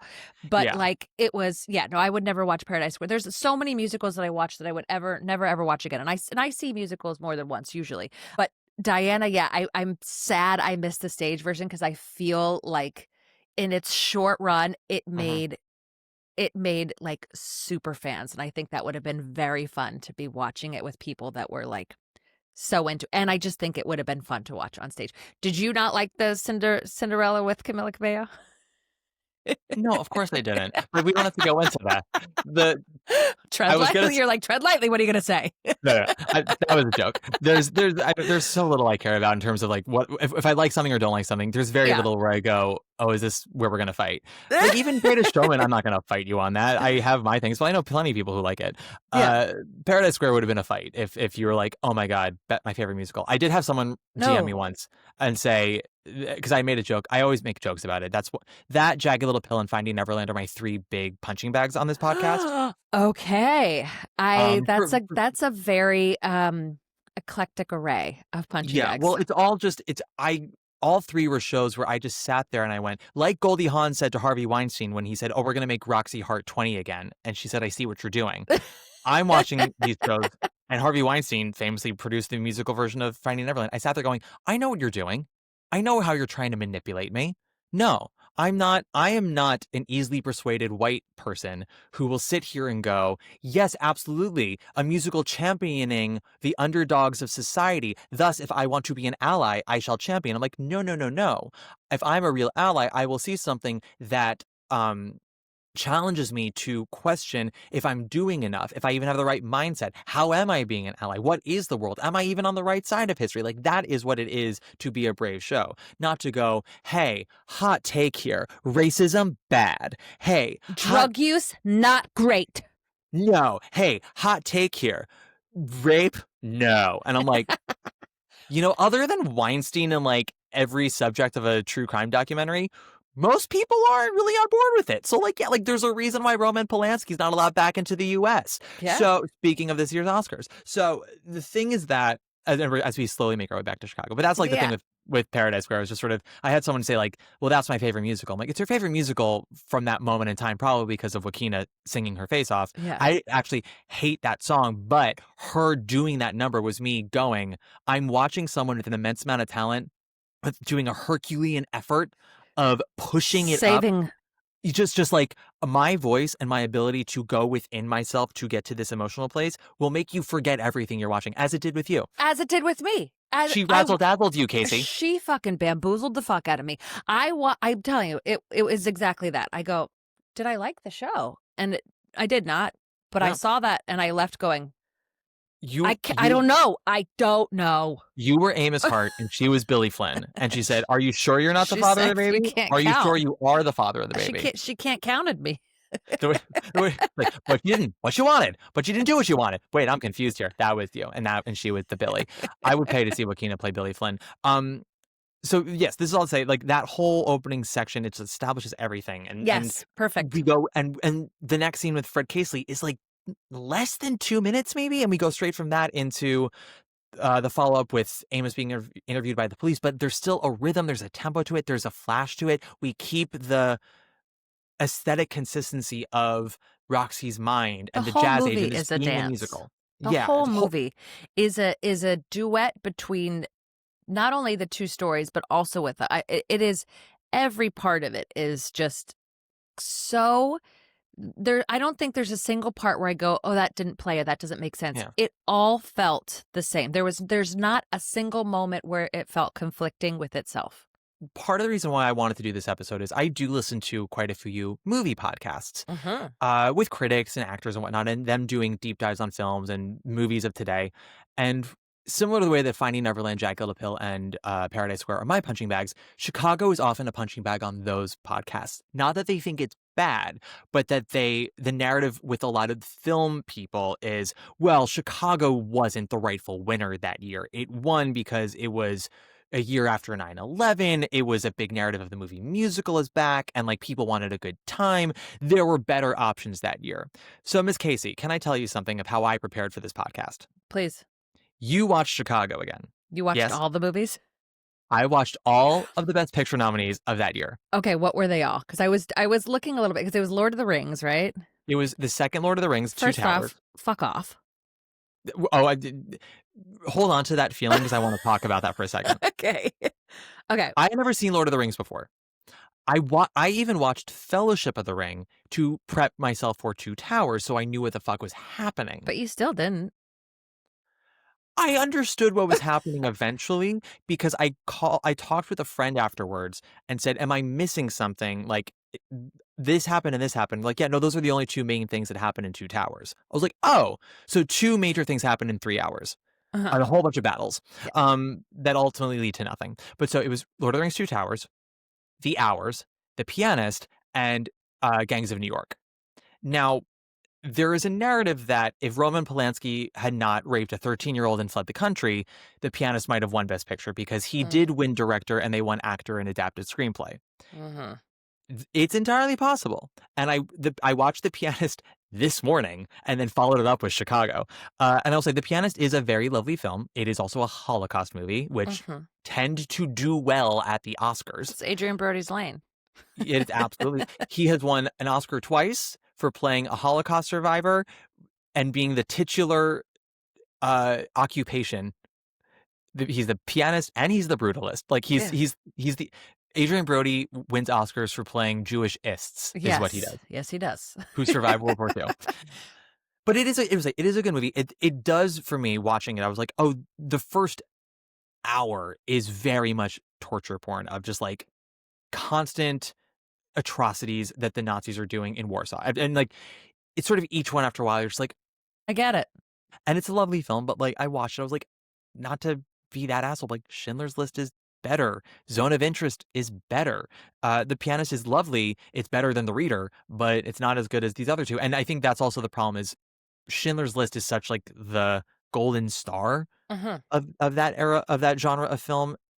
And it's hard not to make it torture porn. And so people are just going to compare it to that. That's that. Lord of the Rings, Two Towers. I'm sorry, but anyone who says that could have won Best Picture can fuck off. I will allow them Fellowship of the Ring if they really need it to. I'm not a fantasy person, but I would allow that to be Beautiful Mind. I'd have no issue. The Hours. Actually quite nice. It's better than I remembered it being. It's mostly just actresses actressing. That's what it is. I need to rewatch it, but it's just like it's like, here's your Oscar performance. Would you like this Oscar performance role? Here it is. Exactly. It's nothing but Oscar clips for everybody. That's it. It is under 2 hours, which was a pleasant surprise. The Hours is kind of dripping in Oscar prestige. Like you can hear from the score and the way it's shot. You're like, oh, this was a hard push for Oscar baiting. You can tell when they come out, and they come out at a certain time, and you can just tell. And it's always just like, all right, but just be it's kind of like, it's like when somebody's always on, you're like, just be a person. Just be a fucking person. Be a person doing the thing. Like, be the movie that excites me. You don't have to be like we want the Oscar glory. Be a movie that everyone's excited about, which used to kind of be how the Oscars were. If you look at Best Picture winners from like the 40s through the 60s, a lot of times it was what was one of the more popular pictures of the year, which didn't always lead to the best of the year, but sometimes it would line up. Yeah. There would be movies that like America was obsessed with, and the Oscars was like, well, yeah, it's a great movie. Yeah. That's actually how it happened one night, which was one of the few movies to win the quintuple crown of picture, actor, actress, director, and screenplay. That became the juggernaut because America fell in love with that movie. Yeah. And the Oscars were like, oh, well, I guess we'll give you the quintuple crown. And it's become one of the best movies of all time. But that wasn't a movie where everyone was like, oh my God, The Prestige. It was America collectively going, no, no, no, Wait, we loved this. Yes. Yeah. Because has it happened since then? I mean, it has, but just differently. Usually the critics will line up with it as well. Yeah. It's, I'm trying to think of something like The Sting was a critically acclaimed movie that was also like the biggest movie of the year, and that's why that won Best Picture. Yeah. Chicago, the fourth nominee that before we get to Chicago this year is Gangs of New York. Great. It's That was Casey. his other one. That was Martin Scorsese's like pet project and Harvey Weinstein's big like this is my movie this year. And that's the Leo and Cameron Diaz. They're playing Irish. Yeah. Okay.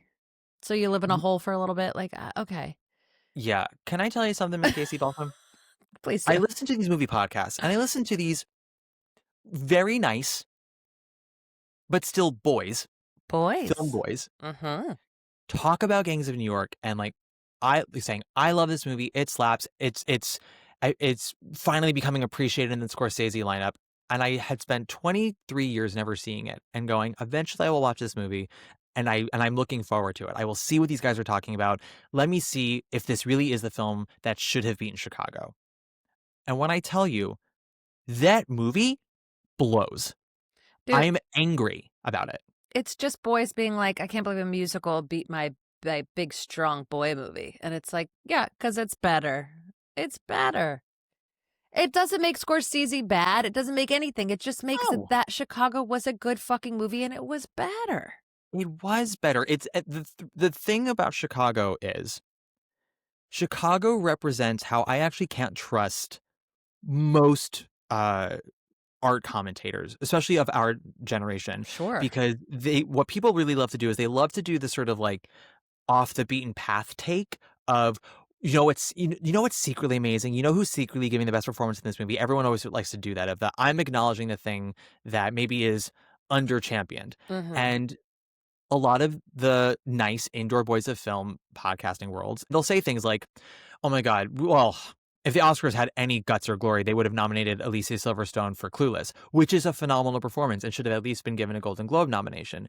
But then when the thing that's fun and great at being fun and, maybe isn't trying to be a Holocaust movie, but has a target, nails it exactly to the point that a whole genre is revived from it. If it has the audacity to actually get the Oscar nomination, and not only that, but actually win, the backlash is immediate every single time. Of course. Because then they go, well, did it ever really deserve to beat my beloved thing? Same thing happened with Titanic, which was the biggest movie we'd had in decades. Undeniable. And wins all of the Oscars. And immediately everyone goes, but did it really deserve it over L.A. Confidential or Good Will Hunting? We all know that those are secretly the better movies. And I'm like, you're not smarter for thinking that. Yeah, also, Titanic was good. It also wasn't boring. It was a long movie that was not boring. Titanic was, there's a reason it was #1 for how long?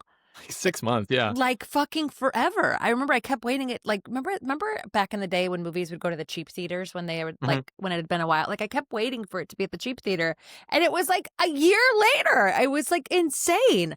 And then I remember finally watching it and being like, holy shit, like crying for 2 days after. I also thought Good Will Hunting was incredible.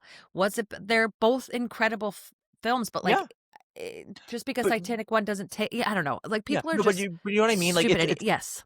I'm not putting down Good Will Hunting. That's actually that year is actually a great Oscar lineup because it's Titanic, L.A. Confidential, Good Will Hunting, Full Monty, and As Good as It Gets. All 5 slap. Amazing. Yes. I love that lineup. And what a fun lineup. I don't see a Holocaust in there.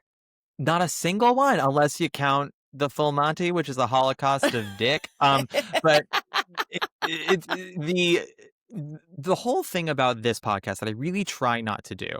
I always talk about my opinion, how not necessarily is a narrative that I'm trying to put forward. And when I love something, I explain why. When I hate something, I explain why. Sure.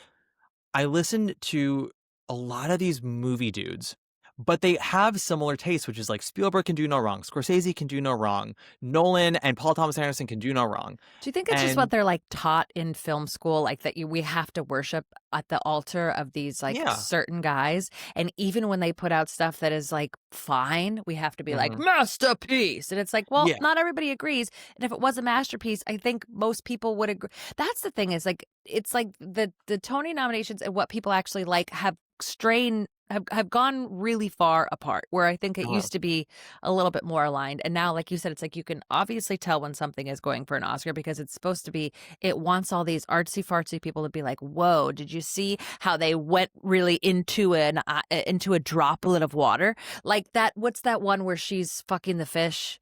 That one? Oh, Shape of Water, yeah. No thanks. Mm-hmm. No thanks. Like following just a droplet into this, like La La Land. No thanks.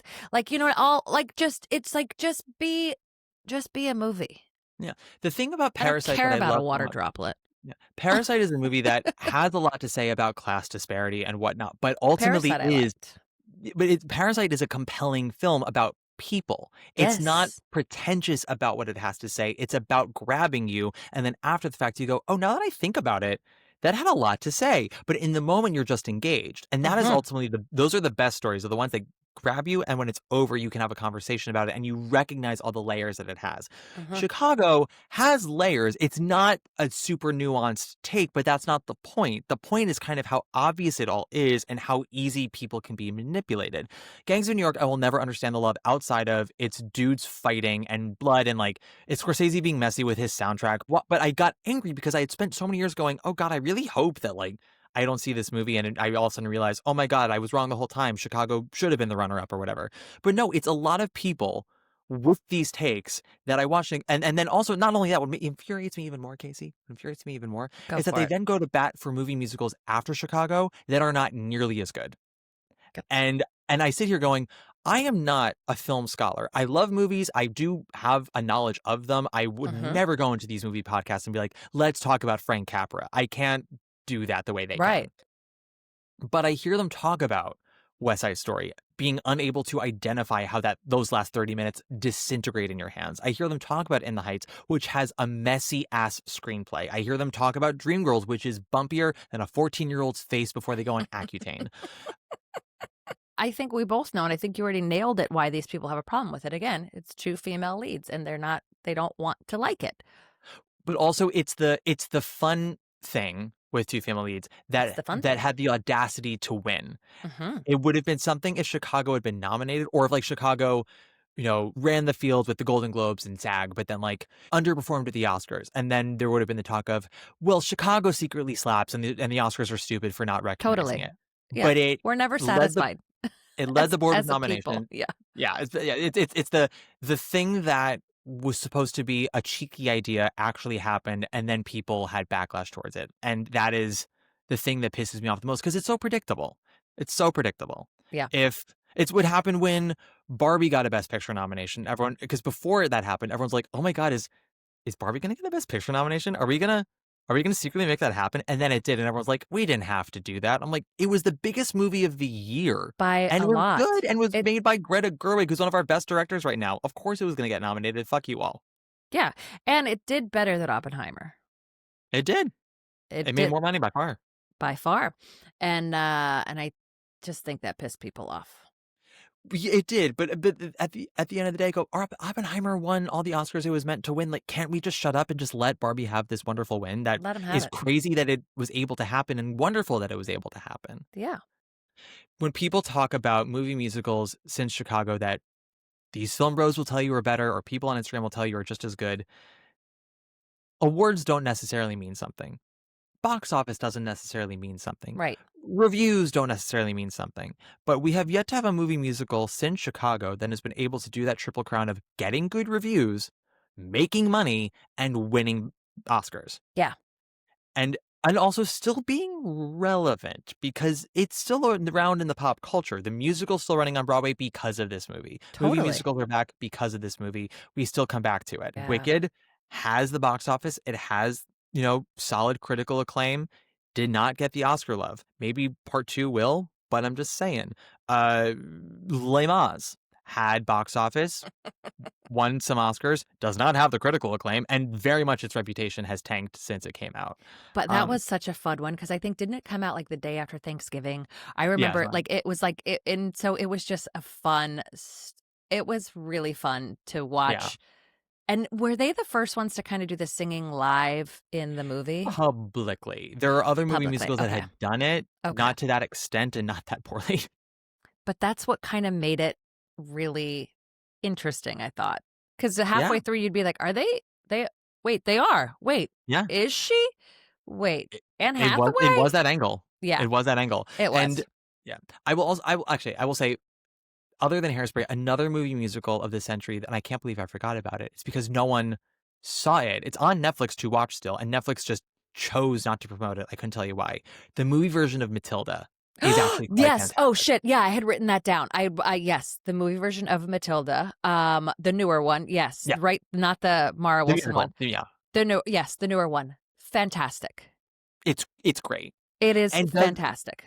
And does all the things we talked about that Chicago does. It establishes it's a musical up front. What kind of musical? How weird of a musical it's going to be. Weird. It's so weird. Like with the babies on screen with voiceover singing, like that is weird and tells you up front, like just strap in. Like if you're not in on this moment, you will not be in on the rest of the movie. But if you're in on this moment, the movie will make sense. Yes, but get on board.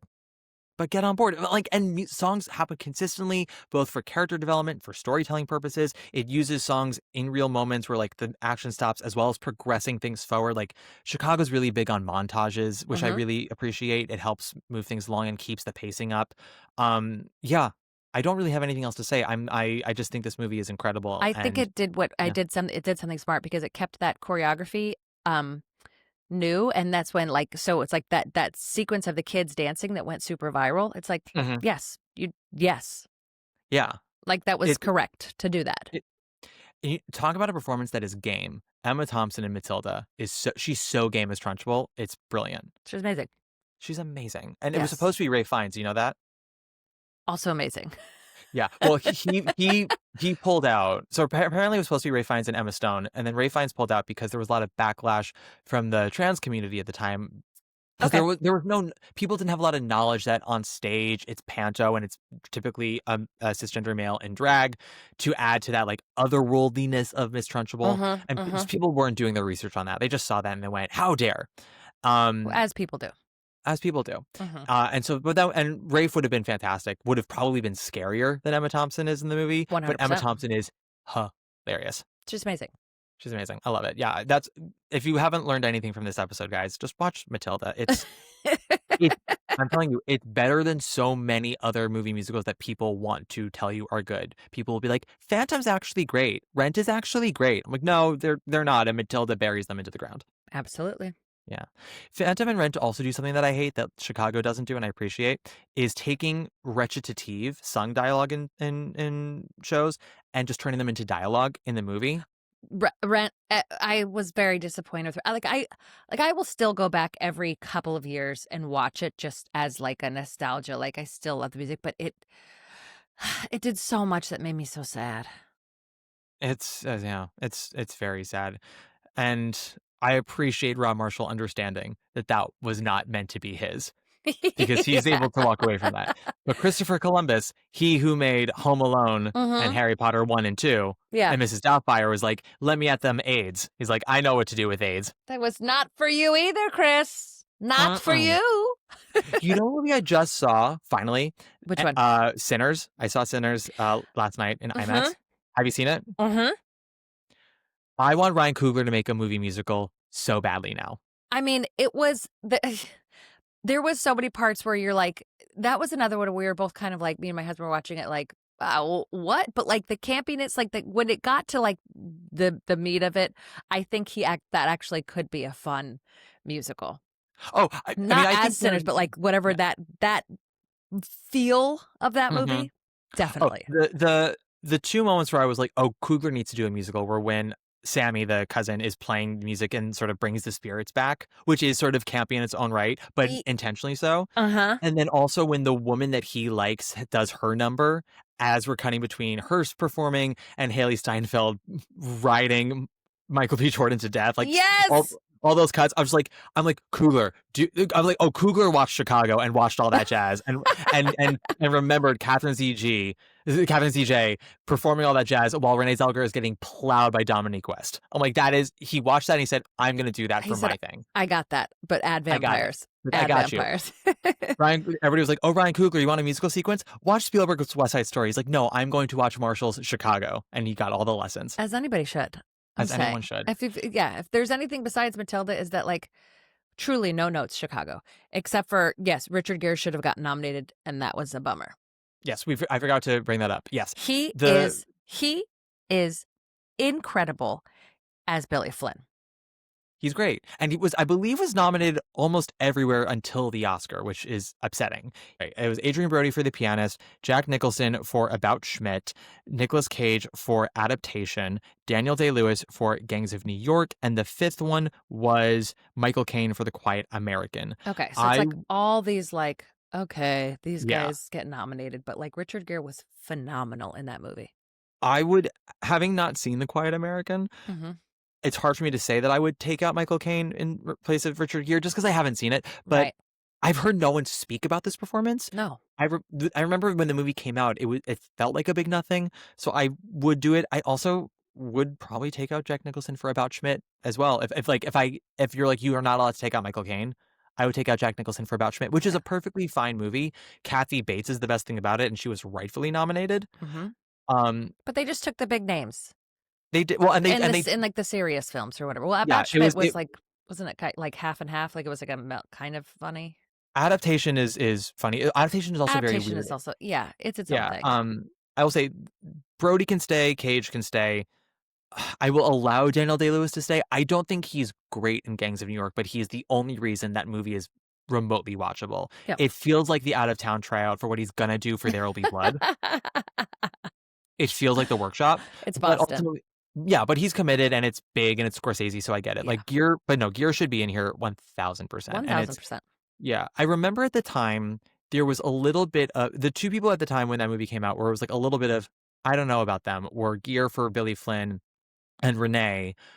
People not everyone was understanding of what made Renee work as Roxy with the dancing because compared to Catherine Zeta-Jones, again, people go like, well, Catherine can dance, Renee can't. I'm like, Renee can move just fine, but it worked very well for the film.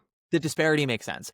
Gere, I think a lot of people had this imagination that Billy Flynn is actually like a super macho, heavy baritone singer. He's not. He's a smarmy lawyer, and like he's the class smartass, and he like has a masculinity about him, but he's not like a barrel-chested bro. And so I just remember that was one thing. Some people were like, "Well, he's a little slight in it." I'm like, "That's the point." Right. He's light on his feet. He gets away with everything. Literal murder. He walks into they're literally razzle dazzle. It's a circus. He's a puppet master. He's a circus performer. He is not. He's a shapeshifter. He's a sleazebag. One of my favorite moments in the movie, both his performance and the cutting of it, is when he's telling the Go to Hell Kitty story, the Lucy Liu murder story. Which in the stage show, it's done very presentational and it's very wise-assy when Flynn is telling the story of the pineapple heiress who killed her husband and the two women in bed with him. In the stage show, she's got like a machine gun and the joke is, are you going to believe what you see or what I tell you? And she goes, what I see. And then she shoots them all and it's all very cheeky. In the movie, he's telling the story to a bunch of friends at a supper club. And it's like, again, it's entertainment as we cut between that and the real thing happening with Lucy Liu. And it's not like it's played as Oscar bait, but like it's played real. And so you're watching Lucy Liu lose her mind, and you watch one of the mistresses run out of bed and hide behind the curtain, trying to like hold on for life for as many seconds as she can, and is terrified. And when she gets shot dead, it ends with Richard Gere at the table laughing with his friends, like, "Will you believe this story?" And he does the monologue so well, And the crossing wouldn't work if he wasn't so good at it. Everything that he does in that, every little eye thing, every little like, I loved when she goes, maybe we can like when Renee first meets him, she's like, maybe we can work on arrangement. He's like, good, you got that out of your system, $5,000. Like it's so you get that like every single woman has tried to do that. Like he's just every choice that he makes is spot on. Yeah, people well, this is the issue with award shows, and I love them very much, not because they actually are merit-based, but just because they're a great launching pad to talk about art, Sure. because it's hard to compare and contrast, but people often look at award-worthy performances as what's the biggest, what's the loudest, right? It's the Daniel Day-Lewis in There Will Be Blood. I've abandoned my boy. I've abandoned my boy. Which is works for the temper and the temperature of that movie. Yeah. But people will look at Richard Gere in Chicago and go, well, I mean, that's not really acting. What Daniel Day-Lewis is doing is acting. I'm like, what Daniel Day-Lewis is doing is acting that you can clock, that you It's can also measure. acting like Daniel Day-Lewis. You know what I mean? Like Daniel Day-Lewis is always kind of this thing, but like you see a guy like Richard Gere who you've seen in rom-coms, who you've seen in Primal Fear, who you've seen in all these things, and now he's doing this. That is acting because he's done all this other shit. Daniel Day-Lewis is always like he's never like you're not Daniel Day-Lewis would never be Billy Flynn. No, if I can't see the work, that's how I know it's good. And Daniel Day-Lewis tried to do the musical thing with Rob Marshall in 9, and he didn't do it well. Which isn't a harsh thing to say. Was we all he know in it. that? I haven't seen it. He's Guido in it. Yeah. Oh. He actually doesn't. His singing isn't terrible, but he does not have charm, is the thing. No. Daniel Day-Lewis can play the scum of the earth in really captivating ways, but he cannot do it with charm. And Richard Gere uses his rom-com charm The best. against us. Yes, It's he so does. well done. Yes, he does. Yeah. But everyone in that movie, you don't see the work. It's just everyone is such a natural fit, and because we don't see the work, people will wrongfully assume that there is no work involved, and there is so much work to make it look that effortless. And again, this is not me Correct. here praising everyone involved as masters of the craft to everyone should adhere to for all of their projects. I'm talking about this project in particular, because again, Ron Marshall and Bill Condon have not been able to reach this height remotely ever since. But that's okay, because we have this. Because we have it. They did it. We did it. They peaked. They peaked. And if this were my peak, at least it's, preserved. yeah, at least it won something. Wait, okay. Could we do the Dreamcast? Yes. Okay. Because it's so funny because as we've been talking, I was like, oh my God, I'm questioning some of my choices because I did pick a couple people with voices and I actually picked 2 people that I think could each play either role. Are we As talking if we were to do a Velma. remake or the stage show? No, a remake. Okay, cool. Of the movie. Because I was trying, because at first I was thinking of Broadway people, but I was like, you know what? No, because it's on Broadway and it, whatever. But one of the persons is kind of in both worlds. But I thought Roxy or Velma, and I have Renee Rapp and I have Janelle Monáe, which I think could easily, but then they both have such a good voice that it is kind of like, interesting, but I also, for Velma, have Sheena Shea because Ariana got her moment. Let's give it to another Vanderpump girl. Because I think it could be so terrible that it would be so fun. I'm glad you said Vanderpump because you said Sheena Shea, and I was sort of like, who? Sheena, the one that's just so jealous of Ariana. For Mama Morton, I really was liking the idea of Jinx, so I just said RuPaul. I mean, if we're gonna go Mama, let's get the main Mama. Let's get the main Mama. And then Billy Flynn. This is where I'm kind of flipping it on its head because I think you can do a Billy Crudup, but I also, in a new world, think you could do a Kate Hudson. Blake Hudson? Kate Hudson. Oh, Kate Hudson. Yeah. When we were talking about kind of gender bending and things like that, I was like, I could also see Billy Flynn being like a Kate Hudson, like a kind of like played by a woman in this in a certain thing. It would change the vibe, but I also think it could be kind of interesting. So today, as I was watching Chicago, I literally did a double feature with The Pianist into Chicago, and then came right on to do this. Yeah, I posted on Instagram, and because I was talking to my friend John Wiscavage, who used to be my co-host of this podcast when we started it a few years ago, and has since left, and we're still close, and he comes on every now and then. But I was like, what if you and I did a 54 Below concert of Chicago and like a super gay version? I was like, we could even do 2 shows. I said we could do 2 shows and True West it. We're like, you're Velma, I'm Roxy, and then the next show, I'm Velma, you're Roxy. Please do it. Well, so we were joking, and I put it on Instagram as a poll. And when I tell you within an hour, I already got like over 100 votes about it. I was like, John, I think we might be onto something. Because then people were DMing me going, like actor friends of mine going, can I be in it? I want to be one of the Cell Block Tango people. And so then we were pitching it. So we're already thinking of sort of just a full-on gender bent of the whole thing. Yes. So already you're saying Kate Hudson. First of all, my hot take is I want Kate Hudson to star in a revival of Mame. I think she would be a stellar Mame in that musical, but she'd also be a great Billy Flynn. We can't get her for 54 Below. We can't afford her. But now we're kind of dreamcasting. It will be for the next year because John's booked through New Year's. But yeah, I think we're gonna try to see if we can get Jen Tever to agree to let us do a 7 and a 9:30 Chicago. And then flip. Gay ass Chicago. Gay ass Chicago is. I'm in. I'm coming. I'm calling it gay ass Chicago. We're calling it Chicago. I'm in. I'm coming. Fantastic. Well, I love it. You'll get an invite. Don't you worry. You're Thank pressed. you so much.